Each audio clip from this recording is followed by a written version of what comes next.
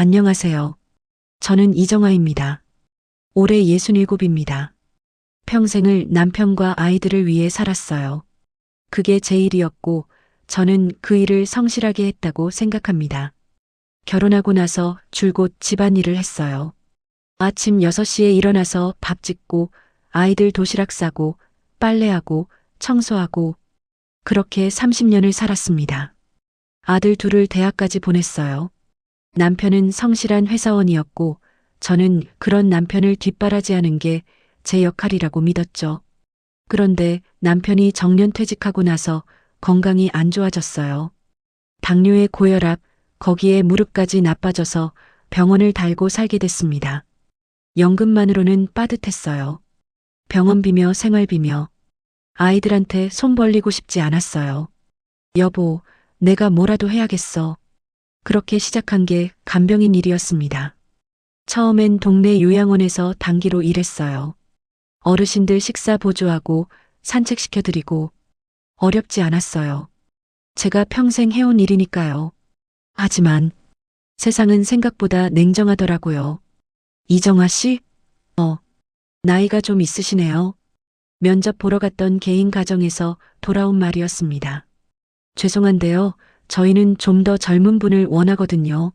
아, 네. 알겠습니다.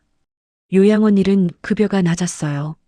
개인 가정 간병을 해야 생활비에 보탬이 되는데 나이 때문에 번번이 거절당했습니다. 다음 날도 그 다음 날도 면접을 다녔습니다. 경력은 좋으신데 체력이 되실까요? 요즘은 다들 젊은 간병인 선호하시거든요. 한 달이 지나갈 무렵 간병인 소개소에서 전화가 왔습니다. 이정아 씨, 급하게 사람 구하는 데가 있는데요. 좀 까다로운 집이긴 한데 조건은 괜찮아요. 강남 쪽 대저택이에요. 어떤 분을 돌보는 건가요? 80 넘은 노인분인데요. 3년 전부터 상태가 안 좋으시대요. 인지력이 많이 떨어지셨다고. 가족들이 좀 예민하긴 한데 급하게 찾으니까 일단 가보시겠어요? 네, 가보겠습니다. 이틀 뒤 저는 그 집 앞에 서 있었습니다. 높은 담장, 철문, 넓은 정원. 현관문을 열고 들어서는데 한 여자가 저를 맞았습니다. 박소영이에요. 어르신 며느리죠. 40대 중반의 세련된 여성이었어요. 명품 시계, 깔끔한 메이크업. 안녕하세요, 이정아입니다. 소영 씨는 저를 위아래로 훑어봤어요. 연세가 어떻게 되세요? 67입니다. 아, 전에 오신 분은 50대셨는데 괜찮으시겠어요? 아버님 체구가 크세요. 최선을 다하겠습니다. 일단 올라가 보시죠. 2층으로 올라가면서 소영 씨가 말했습니다. 아버님은 3년 전 작은 뇌졸중이 있으셨어요. 그 후로 많이 쇠하셨고요. 요즘은 거의 말씀도 안 하세요. 가끔 횡설수설하시기도 하고요. 알겠습니다. 일과표 드릴 거예요. 정확히 지켜주세요. 특히 약 시간은 절대 어기면 안 돼요. 그리고 소영 씨가 멈춰서서 저를 봤습니다. 프로페셔널하게 일해주세요. 필요 이상으로 친해지려 하지 마시고요. 이전 분이 너무 감정적으로 일해서 힘들었거든요. 네. 방문이 열렸습니다. 넓고 깨끗한 방. 창가 침대에 노인이 앉아 계셨어요. 하얀 머리, 깊은 주름 하지만 여전히 큰 체격. 고급스러운 잠옷을 입고 창밖만 바라보고 계셨습니다. 아버님, 새로 오신 간병인분이에요. 노인은 아무 반응이 없었습니다. 맞죠? 이러세요. 그냥 루틴대로만 하세요. 소영 씨가 나가고 저는 조심스럽게 다가갔습니다. 안녕하세요, 어르신. 이정아라고 합니다. 잘 부탁드립니다. 노인은 여전히 창밖만 보고 계셨어요. 그날부터 제 일이 시작됐습니다. 일과표는 빈틈없었어요. 6시 기상부터 9시 취침까지 30분 단위로 스케줄이 짜여 있었습니다. 첫 며칠은 긴장해서 정신없이 지나갔어요. 그런데 일주일쯤 지났을 때 저는 이상한 걸 느끼기 시작했어요. 어르신이 제가 하는 말을 듣고 계시는 것 같았거든요. 어르신, 약 드실 시간이에요. 노인은 고개를 돌리지 않았지만 손이 살짝 움직였어요. 오늘 날씨가 참 좋네요. 노인의 눈동자가 아주 살짝 움직였습니다. 뭐지? 인지력이 떨어졌다면서. 저는 조심스럽게 테스트해보기 시작했어요. 어르신, 창문 열어도 될까요? 노인이 눈을 한번 깜빡였어요. 창문을 열었습니다. 그러자 노인의 표정이 조금 풀어지는 것 같았어요. 이상하다. 오후에 다른 직원을 만났어요. 청소 담당 미선 씨였습니다. 새로 오신 분이시죠? 힘들죠, 여기? 아직은 괜찮아요. 사모님 눈치 보느라 힘드실 거예요. 저도 처음엔 힘들었어요. 그런가요? 네, 그리고요. 미선 씨가 주위를 둘러보고 작은 목소리로 말했어요. 회장님한테 너무 신경 쓰지 마세요. 어차피 모르세요. 회장님이요? 아, 여기 한명수 회장님 댁이에요. 몰랐어요? 네. 그냥 어르신이라고만 들었어요. 엄청 큰 기업 회장님이셨는데 이제는 뭐? 안타깝죠. 그날 저녁 집사 조은호 씨를 만났습니다. 50대 중반의 단정한 남자였어요. 이정아 씨, 적응은 잘하고 계신가요? 네, 괜찮습니다. 회장님 상태가 많이 안 좋으셔서 힘드시겠지만 잘 부탁드립니다. 최선을 다하겠습니다. 조은호 씨가 잠시 망설이더니 말했어요. 회장님이 예전에는 정말 대단한 분이셨어요. 업계를 이끌던 분이셨죠. 지금은 이렇게 되셨지만 그래도 사람 대하듯 해주세요. 부탁드립니다. 이상했어요. 다른 사람들은 어차피 모르신다고 하는데 집사만 달랐어요. 그날 밤 어르신을 재우면서 작은 목소리로 말했어요. 어르신, 편히 주무세요. 내일 또 뵙겠습니다. 그때였어요. 노인이 제 손목을 잡았어요. 놀라서 봤더니 노인이 저를 똑바로 쳐다보고 계셨어요. 그 눈빛이 또렷했어요. 순간이었지만 분명했습니다. 어르신? 노인은 이내 눈을 감고 손을 놓았어요. 착각인가? 하지만 제 심장은 빠르게 뛰고 있었습니다. 일주일이 더 지났습니다. 저는 점점 확신하게 됐어요. 어르신이 생각보다 많이 알고 계시다는 것을. 작은 신호들이 있었어요. 제가 덥죠? 라고 물으면 눈을 한번 깜빡이고 괜찮으세요? 라고 물으면 고개를 아주 살짝 끄덕이셨어요.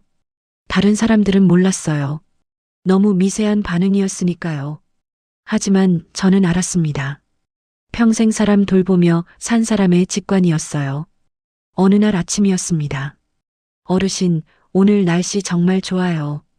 창문 열어드릴까요? 노인이 눈을 한번 깜빡였어요. 창문을 열자 봄바람이 들어왔습니다. 기분 좋으시죠?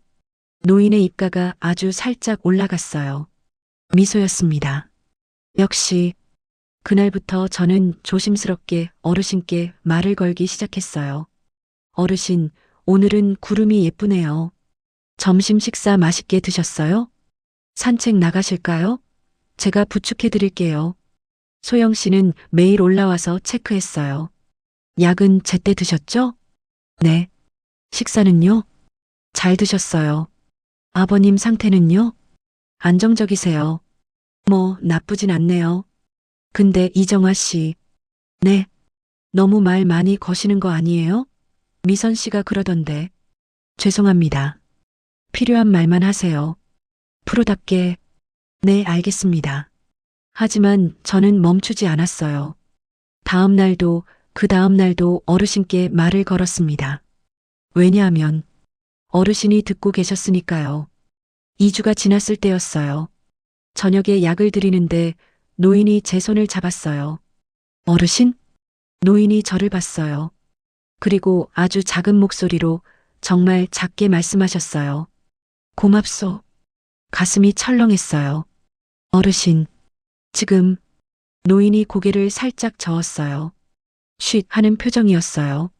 아무 말하지 말라는 거구나. 저는 고개를 끄덕였어요. 그날 밤 저는 한참을 생각했습니다. 왜 어르신이 말씀을 안 하시는 거지? 분명 할 수 있으신데. 며칠 후였어요. 소영 씨와 다른 사람이 복도에서 대화하는 소리가 들렸습니다. 변호사한테 확인했어요? 네, 유언장이 없으면 법정 상속으로 간대요. 서재를 다시 뒤져봐야겠어. 어디 숨겨놨을까? 조심하세요. 집사가 눈치챌지도. 조은호는 괜찮아. 내 편이니까. 저는 숨을 죽였어요. 유언장을 찾고 있구나. 그제야 이해가 됐어요.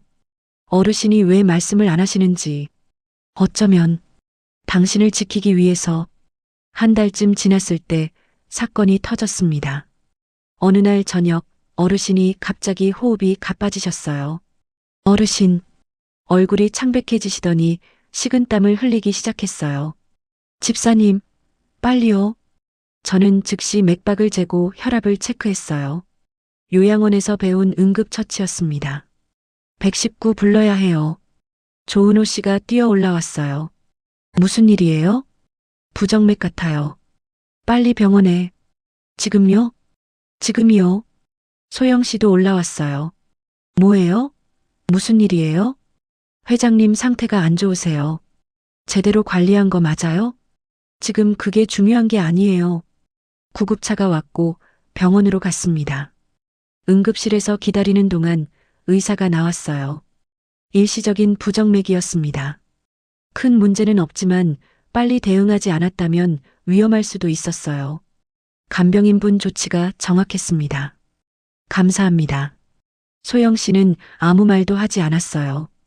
병원에서 하룻밤을 보내고 집으로 돌아왔습니다. 어르신을 침대에 눕혀드렸어요. 소영 씨와 조은호 씨가 나가고 방에는 저희 둘만 남았어요. 어르신 많이 놀라셨죠? 괜찮으세요? 이제 괜찮아요. 손을 잡았어요. 노인이 저를 봤어요. 그리고 작은 목소리로 말씀하셨어요. 고맙소. 정아 씨. 제 이름을 부르셨어요. 눈물이 났어요. 아니에요, 어르신. 당연한 거예요. 당신은 다르구려. 다른 사람들은 나를 보지 않소. 물건을 보지. 어르신. 하지만 당신은 나를 보오. 노인이 제 손을 꽉 쥐었어요. 조금만 더 참아주시겠소? 무슨 말씀이세요? 내게 시간이 필요하오. 확인해야 할 것들이 있소. 네, 알겠어요. 고맙소. 정말 고맙소. 그날 밤 저는 결심했습니다. 이분을 끝까지 지켜드리겠다고. 2달이 지났습니다. 어르신과 저는 조용한 방식으로 교감했어요. 다른 사람이 있을 때는 어르신이 아무 반응 없으셨지만 단둘이 있을 때는 작은 말씀들을 하셨어요. 오늘은 날씨가 좋구려. 정아 씨, 창문 좀. 고맙소. 짧은 문장들이었지만 저는 그게 너무 소중했어요. 어느 날 오후였습니다. 조은호 씨가 저를 조심스럽게 불렀어요. 이정아 씨, 잠깐 얘기 좀 할까요? 네. 1층 서재로 갔어요. 처음 들어가 보는 방이었습니다. 회장님께서 이정아 씨를 많이 신뢰하시는 것 같아요. 그런가요? 네. 제가 30년을 모셨는데 요즘 회장님 표정이 예전과 다르세요. 조금 더 편안해 보이세요. 사실은요, 이정아 씨. 조은호 씨가 주위를 둘러보고 작은 목소리로 말했어요. 회장님이 3년 전부터 제게 부탁하신 게 있어요. 무엇인가요? 회장님을 돌보는 사람을 잘 관찰하라고요. 그 사람이 회장님을 정말 사람으로 대하는지 아니면 돈으로 보는지. 그동안 여러 간병인이 왔지만 다들 오래 못 있었어요. 사모님의 눈치를 보거나 아니면 정말로 회장님을 물건처럼 대하거나. 그럼 이정아 씨는 다르세요. 회장님께 말을 거시고 날씨를 이야기하시고 손을 잡아들이시죠. 사모님이 뭐라 해도. 조은호 씨가 저를 똑바로 봤어요. 회장님이 이정아 씨를 만나고 싶어 하세요. 제대로 된 대화를요. 지금은 위험하지 않나요? 이제는 괜찮을 것 같아요. 회장님이 결정하셨으니까요. 그날 밤 조은호 씨의 신호로 서재에 갔습니다. 어르신이 서재 의자에 앉아 계셨어요. 어르신, 오시오, 정아 씨. 목소리가 달랐어요.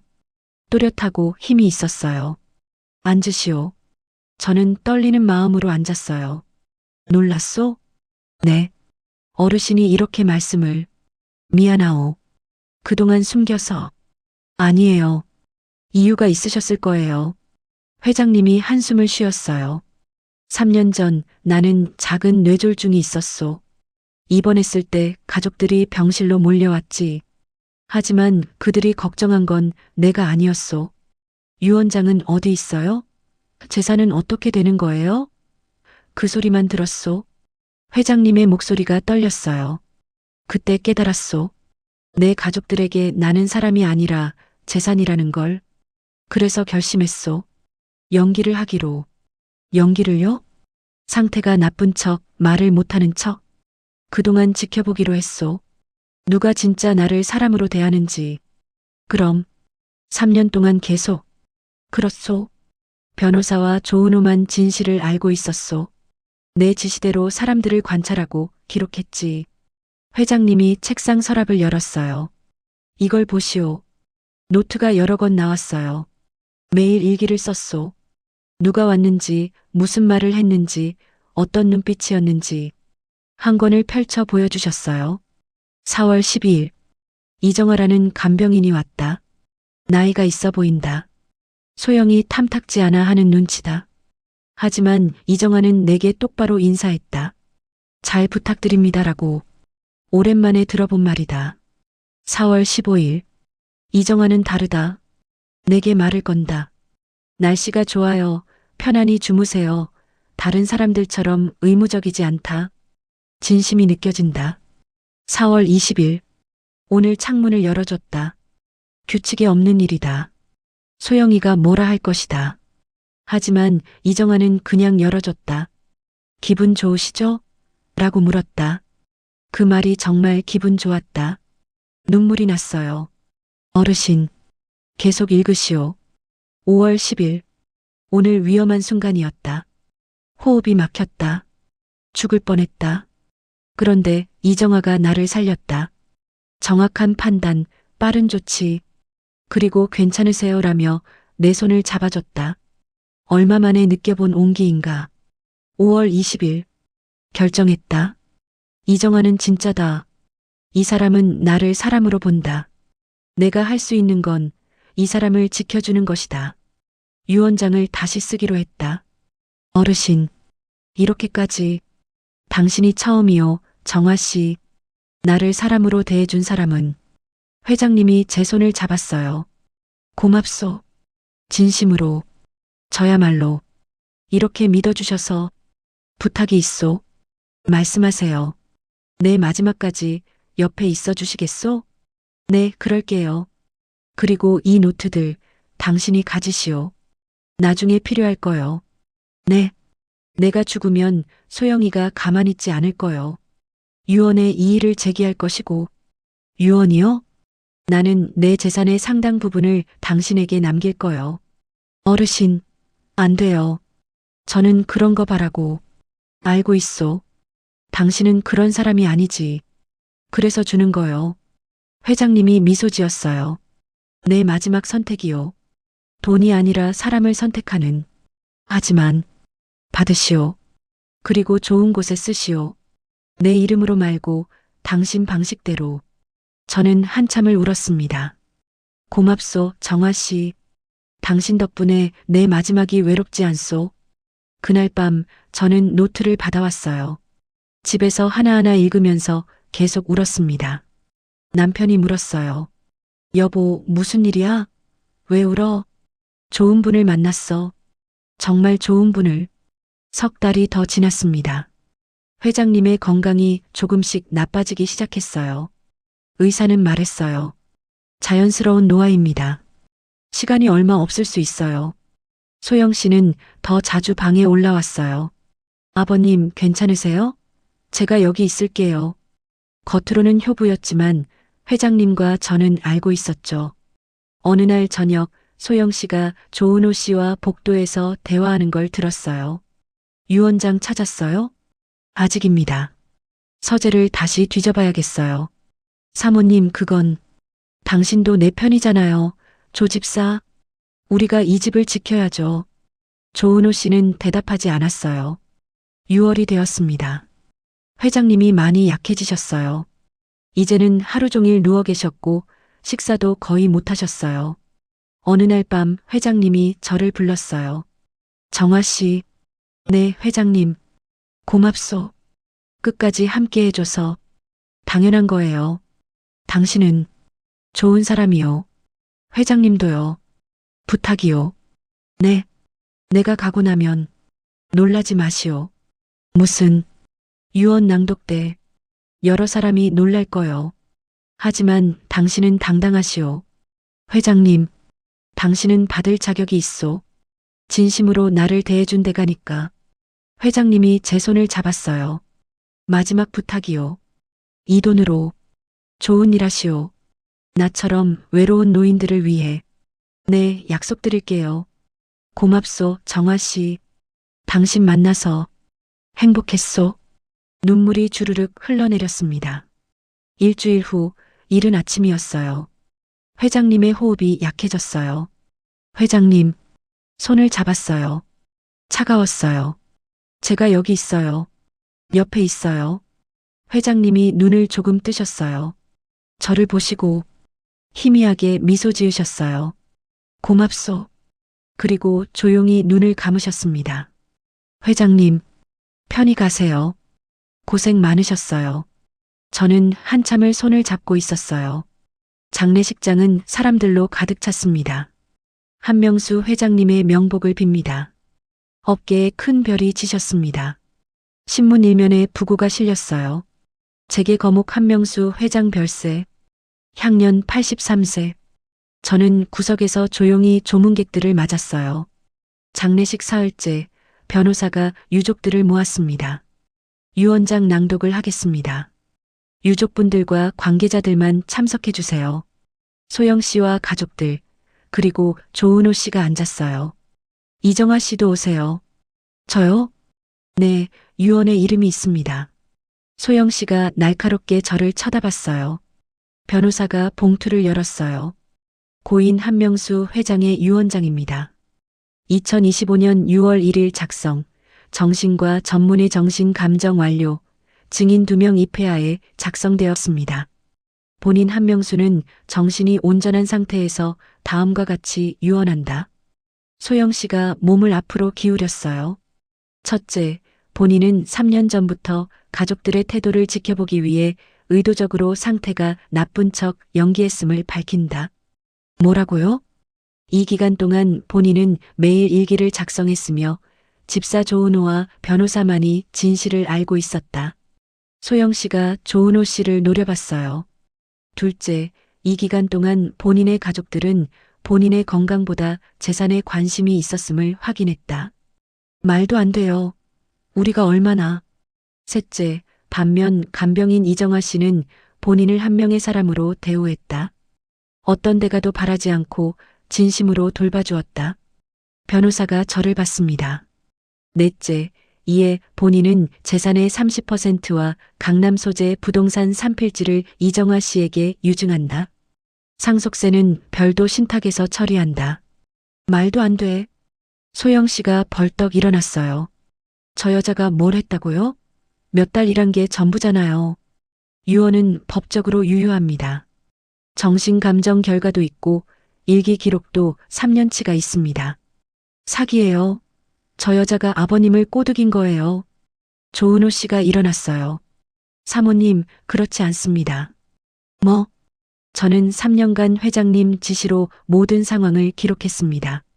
이정아 씨는 단 한 번도 회장님께 사적인 부탁을 하지 않았습니다. 오히려 조은호 씨가 소영 씨를 봤어요. 사모님께서는 일주일에 한 번씩 회장님께 유언장 위치를 물으셨습니다. 제가 다 들었습니다. 당신이 죄송합니다. 하지만 회장님 명령이었습니다. 소영 씨가 저를 노려봤어요. 당신 대체 무슨 짓을 한 거예요? 저는 조용히 말했어요. 저는 아무것도 안 했어요. 그냥 회장님을 사람으로 대했을 뿐이에요. 거짓말. 정말이에요. 저는 회장님이 저를 유언에 넣으실 줄도 몰랐어요. 하지만 저는 소영 씨를 똑바로 봤어요. 회장님은 외로우셨어요. 가족한테도 세상한테도. 그래서 제가 그냥 옆에 있어 드렸을 뿐이에요. 무효예요. 소송할 거예요. 변호사가 차분하게 말했어요. 그러십시오. 하지만 회장님은 모든 법적 요건을 완벽하게 갖추셨습니다. 승소하기 어려우실 겁니다. 그날 저녁 변호사가 저를 따로 불렀어요. 이정아 씨, 회장님이 이것도 드리라고 하셨어요. 일기장들이었어요. 소송이 있을 수 있으니 잘 보관하세요. 네. 집으로 돌아왔을 때 남편이 뉴스를 보고 있었어요. 여보, 이거 당신 얘기 아니야? TV 화면에 자막이 떴어요. 한명수 회장 간병인에게 수백억 유증, 3년간 가족 시험했다. 전화기가 울리기 시작했어요. 기자들이었습니다. 다음 날부터 세상이 바뀌었습니다. 진심이 이긴 간병인 300억 상속, 67세 할머니가 보여준 진짜 효심, 3년 연기한 회장, 마지막 선택은 사람. 전화가 쉴 새 없이 왔어요. 인터뷰 요청, 출판 제의, 강연 제안. 저는 대부분 거절했습니다. 하지만 변호사와는 만나야 했어요. 법적 절차가 필요했으니까요. 이정아 씨 상속세가 약 80억 정도 나올 것 같습니다. 80억이요? 네, 하지만 회장님이 이미 신탁으로 준비해 두셨어요. 걱정 안 하셔도 됩니다. 회장님이 모든 걸 계획하셨습니다. 당신이 어려움 없이 받을 수 있도록요. 눈물이 났어요. 마지막까지 소영 씨는 결국 소송을 제기했습니다. 하지만 한 달 만에 취하했어요. 변호사가 말했어요. 일기와 녹취록, 증인 진술, 증거가 너무 많아요. 이길 수 없다고 판단한 것 같습니다. 대신 언론은 소영 씨 가족을 비판했어요. 재산만 노린 가족들, 회장 살아계실 때는 뭐 했나? 저는 그게 안타까웠어요. 보복이 목적이 아니었는데 2달이 지났을 때 저는 결정했습니다. 변호사 사무실에 갔어요. 유산 중 200억을 노인 돌봄재단 설립에 쓰고 싶어요. 200억요? 그럼 세금 빼고 남는 게 50억 정도 남죠? 충분해요. 하지만 회장님이 마지막에 부탁하셨어요. 외로운 노인들을 위해 쓰라고. 알겠습니다. 재단 이름은 한명수 이정아 재단으로 했어요. 회장님과 제 이름을 함께 넣었어요. 기자회견을 했습니다. 처음이자 마지막으로. 왜 이렇게 큰 돈을 기부하시나요? 회장님이 가르쳐 주신 게 있어요. 진심은 반드시 돌아온다고요. 저도 그 진심을 나누고 싶어요. 앞으로 계획은요? 다시 일할 거예요. 일을요? 왜요? 제가 할 수 있는 일이니까요. 그리고 아직 제가 필요한 분들이 있으니까요. 그 인터뷰가 나간 후 사람들의 반응이 바뀌었어요. 진짜 대단한 분이다. 저런 게 진짜 어른이지. 석 달 후 저는 다시 일을 시작했습니다. 새로운 환자를 소개받았어요. 85세 할머니였습니다. 자식들이 다 떠나서 혼자 계셔요. 요양원 가기 싫다고 하시는데 첫날 만났을 때 할머니가 물었어요. 당신이 그 유명한 이정아 씨구먼. 네, 그냥 평범한 이정아예요. 돈도 많이 받았으면서 왜 또 일하오? 일하는 게 좋아서요. 이상한 사람이네. 할머니는 처음엔 경계했어요. 내 물건 함부로 만지지 마쇼. 네, 알겠어요. 말도 걸지 말고. 네. 하지만 저는 제 방식대로 했어요. 매일 아침 인사하고 창문 열어드리고 말을 걸었어요. 할머니, 오늘 날씨 좋네요. 손 좀 봐도 될까요? 손톱 깎아드릴게요. 일주일쯤 지났을 때 할머니가 말했어요. 왜 그러오? 뭐가요? 왜 그렇게 친절하오? 그냥요. 사람이니까요.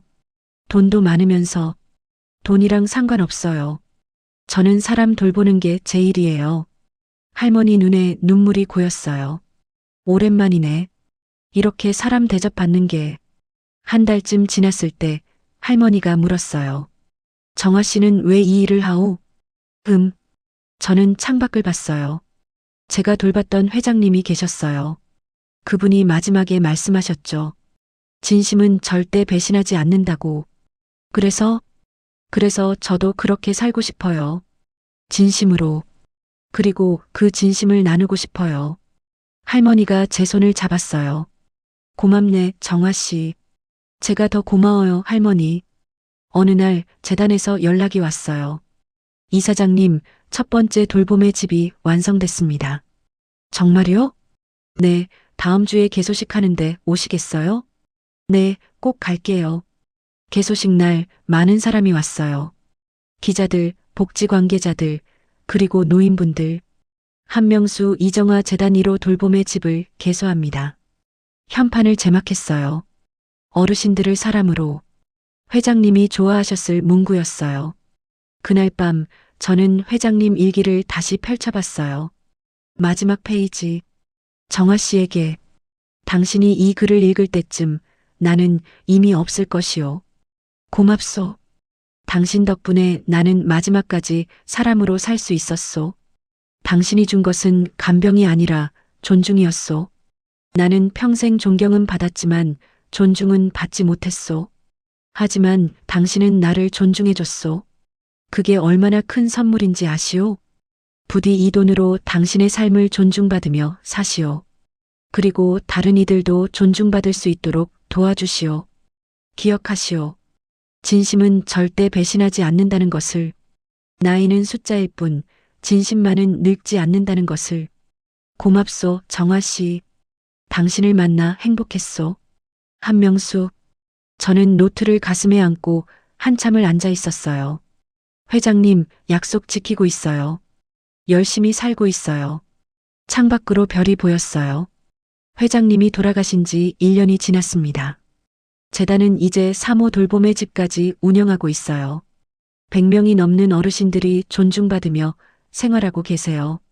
저는 여전히 일주일에 사흘은 할머니를 돌보러 가요. 정아 씨, 오늘도 왔구먼. 네, 할머니. 보고 싶었어요. 거짓말. 바쁜 사람이. 진짜예요. 할머니 만나면 기분이 좋아져요. 할머니가 웃어요. 가끔 기자들이 연락해요. 이정아 이사장님, 근황 인터뷰 부탁드립니다. 저는 그냥 일하는 사람이에요. 특별할 거 없어요. 그래도 대신 재단 이야기는 많이 해주세요. 도움이 필요한 어르신들이 많거든요. 어제는 아들이 전화했어요. 엄마, 신문에 또 나왔더라. 그래. 자랑스러워, 엄마. 평생 가족 위에 살더니 이제는 세상을 위해 사네. 무슨 소리야. 나는 그냥 내일 하는 거야. 그래도 고마워, 엄마. 전화를 끊고 저는 웃었어요. 오늘도 할머니 방에서 창문을 열어드립니다. 할머니, 바람 시원하죠? 그러네. 고맙네, 정아 씨. 천만에요. 이게 제일이에요. 창밖으로 햇살이 들어옵니다. 따뜻한 가을 햇살이. 저는 이제 알아요. 나이는 정말 숫자일 뿐이라는 것을. 진심만은 절대 늙지 않는다는 것을. 그리고 그 진심이 세상을 조금씩 바꿀 수 있다는 것을. 67, 제 인생에서 가장 빛나는 시간입니다. 회장님, 고맙습니다. 당신 덕분에 저는 제 인생의 진짜 의미를 찾았어요. 이제 저도 누군가에게 그 의미를 전해드릴 거예요. 당신이 저에게 그러셨던 것처럼. 여러분, 기억하세요. 진심은 절대 배신하지 않습니다. 때론 무시당하고, 때론 외로울지라도, 당신이 진심으로 누군가를 대한다면 그 마음은 반드시 언젠가는 돌아옵니다. 나이는 숫자일 뿐이에요. 진심만은 늙지 않습니다. 오늘도 누군가에게 진심을 전하세요. 그게 우리가 사람인 이유니까요.